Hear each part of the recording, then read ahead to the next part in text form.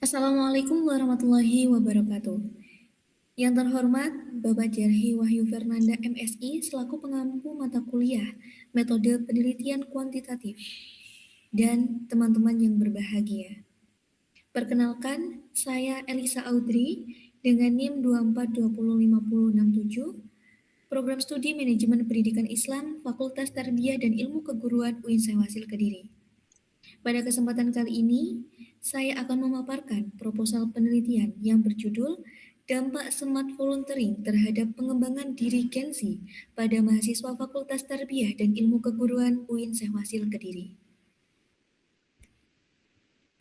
Untuk mengawali pemaparan dari proposal penelitian ini, adapun latar belakang penelitian ada 3 poin utama, yakni organisasi struktural dari kegiatan volunteering sama-sama menjadi sarana pengembangan diri mahasiswa. Melalui kedua aktivitas tersebut, mahasiswa dapat mengembangkan kemampuan komunikasi, kepemimpinan, serta kemampuan beradaptasi.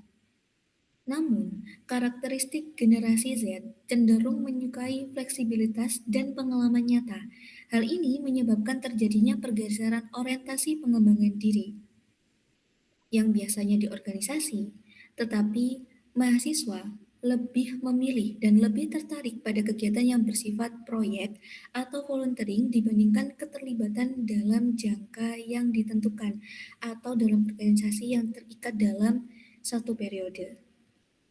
Nah, berangkat dari fenomena tersebut, muncullah konsep smart volunteering sebagai kegiatan kerelawanan yang selektif, adaptif, dan berorientasi pada pengembangan kompetensi diri mahasiswa. Maka dari itu, penelitian ini dilakukan untuk mengetahui seberapa pengaruhnya terhadap pengembangan diri Gen-Z pada mahasiswa Fakultas Tarbiyah dan Ilmu Keguruan. Kemudian, rumusan masalah. Terdapat 5 rumusan masalah. Yang pertama, bagaimana tingkat partisipasi mahasiswa dalam kegiatan Smart Volunteering pada mahasiswa FTIK UIN Sewasil Kediri. Yang kedua, bagaimana tingkat pengembangan diri generasi Z pada mahasiswa FTIK UIN Sewasil Kediri. Yang ketiga, apakah terdapat pengaruh Smart Volunteering terhadap pengembangan diri generasi Z pada mahasiswa FTIK UIN Sewasil Kediri. Selanjutnya, seberapa besar pengaruh Smart Volunteering terhadap pengembangan diri generasi Z pada mahasiswa FTIK UIN Sewasil Kediri. Dan yang terakhir, yang kelima, bagaimana bentuk kontribusi Smart Volunteering dalam mendukung pengembangan diri mahasiswa dibandingkan dengan keterlibatan dalam organisasi struktural. Adapun tujuan penelitian, dari latar belakang yang sudah dijelaskan, maka tujuan dari penelitian ini ialah yang pertama, mengetahui tingkat partisipasi Smart Volunteering mahasiswa FTIK UIN Sewasil Kediri. Yang kedua, mengetahui tingkat pengembangan diri generasi Z mahasiswa FTIK UIN Sewasil Kediri. Yang ketiga, menganalisis pengaruh Smart Volunteering terhadap pengembangan diri generasi Z. Selanjutnya, mengetahui besarnya pengaruh Smart Volunteering terhadap pengembangan diri mahasiswa. Dan yang kelima, mengidentifikasikan kontribusi Smart Volunteering dalam pengembangan diri mahasiswa. Manfaat penelitian. Di sini manfaat penelitian terbagi dua. Yang pertama, manfaat secara teoritis. Penelitian ini diharapkan dapat memperkaya kajian pengembangan diri mahasiswa melalui kegiatan Smart Volunteering. Yang kedua, manfaat secara praktis. Nah, manfaat secara praktis ini terbagi lagi menjadi 3 poin. Yang pertama, untuk mahasiswa sebagai wawasan pengembangan diri. Selanjutnya, bagi organisasi sebagai bahan evaluasi pembinaan mahasiswa, dan bagi perguruan tinggi sebagai referensi dalam merancang program pengembangan mahasiswa yang lebih adaptif terhadap karakteristik generasi Z. Sebelum kita menyusun instrumen penelitian, alangkah baiknya kita menentukan indikator variabel. Indikator variabel terbagi menjadi dua, indikator Smart Volunteering dan indikator pengembangan diri Gen-Z. Indikator Smart Volunteering meliputi pemilihan kegiatan, keterlibatan aktif, pemanfaatan kompetensi, serta efektivitas dan adaptasi.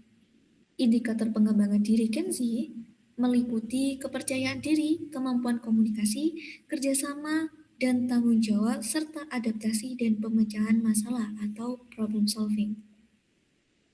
Setelah indikator sudah ditentukan, kemudian penjabaran atau pemaparan berupa soal-soal yang akan dibagikan ke responden.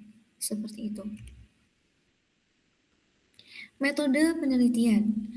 Penelitian ini menggunakan pendekatan kuantitatif dengan jenis penelitian asosiatif kausal.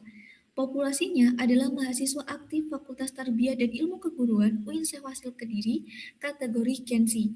Terutama yang diambil di sini adalah angkatan 2024 dan 2025. Dengan sampel diambil menggunakan probability sampling melalui proportionate stratified random sampling dan dihitung memakai rumus Slovin.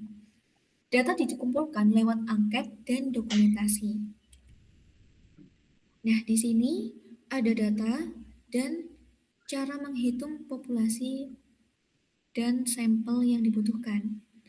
Nah, populasi penelitian ini adalah jumlah dari mahasiswa FTIK angkatan tahun 2024 dan 2025. Di sini terdapat 8 program studi, mulai dari pendidikan agama Islam sampai pendidikan bahasa Arab, dengan jumlah yang sudah tertera pada tabel. Dan jumlahnya adalah 7.351. Nah, kemudian untuk menentukan sampel, gunakan rumus Loving untuk menentukan jumlah sampel keseluruhan. Kira-kira dari FTIK angkatan 2024 dan 2025 itu berapa mahasiswa yang akan diambil? Nah, maka dari itu kita menggunakan rumus Loving dan didapatkan hasil 379,36 dan dibulatkan menjadi 380. Nah, jumlah 380 ini minimal sampel yang akan diambil di Fakultas Tarbiyah dan Ilmu Keguruan angkatan tahun 2024 dan 2025. Untuk distribusi sampel setiap program studi itu baru kita menggunakan rumus proporsional untuk menghitung sampel setiap program studi.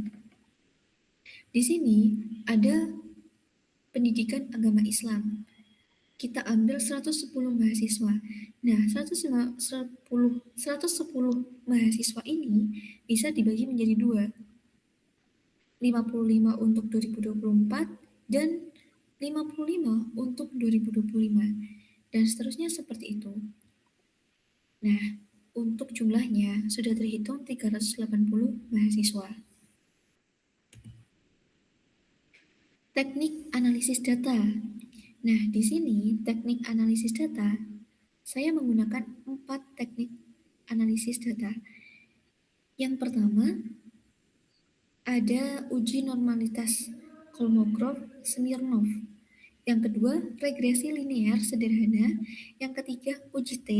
Dan yang keempat, koefisien determinasi atau R-square atau R kuadrat. Dalam penelitian ini, data dianalisis menggunakan bantuan software SPSS. Tahap pertama adalah uji normalitas Kolmogorov-Smirnov untuk mengetahui apakah data tersebut itu berdistribusi normal atau tidak. Kemudian selanjutnya menggunakan regresi linear sederhana. Nah, ini untuk mengetahui arah dan besarnya pengaruh smart volunteering terhadap pengembangan diri generasi Z, dan kemudian dilakukan uji T untuk mengetahui apakah pengaruh tersebut signifikan atau tidak. Dan yang terakhir adalah menggunakan koefisien determinasi. Digunakan untuk mengetahui seberapa besar kontribusi variabel smart volunteering terhadap pengembangan diri Gen Z. Dan yang terakhir adalah keabsahan data. Di sini terbagi menjadi dua, ada uji validitas, product moment person, dengan kriteria R hitung lebih besar daripada R tabel, maka instrumen yang dinyatakan adalah valid. Selanjutnya ada uji reliabilitas Cronbach alpha dengan kriteria nilai Cronbach alpha lebih dari atau sama dengan 0,70, maka instrumen dinyatakan reliable. Sekian dari saya, kurang lebihnya mohon maaf. Di sini ada quotes, belajar bukan tentang siapa yang paling cepat, tetapi tentang siapa terus bertumbuh. Wallahumma fiq ila awaq. Wassalamualaikum warahmatullahi wabarakatuh.